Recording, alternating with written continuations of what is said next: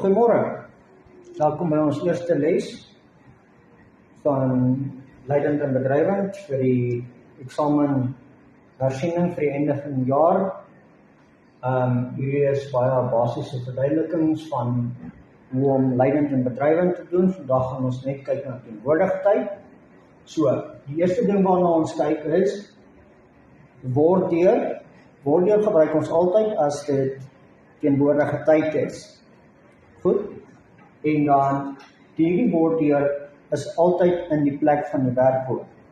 Nou goed, die tweede ding waarna ons moet kyk wat baie belangrik is jou subject en jou object. Goed, so, jou subject onderstreep jy 1 keer, jou object onderstreep jy 2 keer.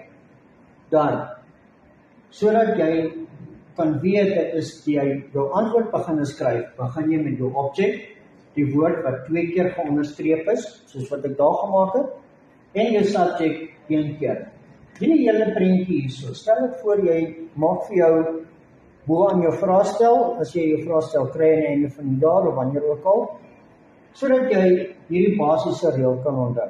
Die volgende baie belangrike basiese reël, vir leidend en bedrywend, is die volgende woorde, be, ge, her, ont en ver, kry nie, ge, nie, jy sit nie ge, daarby nie.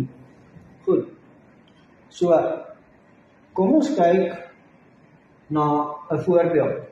Pa was die kar. Pa was die kar, pa is my subject, my object is die kar, en my werkwoord is was, want dit is 'n doen woord.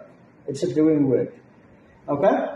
So ons antwoord, ons gaan kyk dat die 2 woorde wat ek geonderstreep het was die kar. So ons gaan die kar 2 maal onderstreep.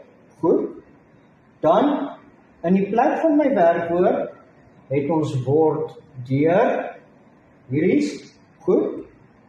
Dan het ons pa wat my subject is.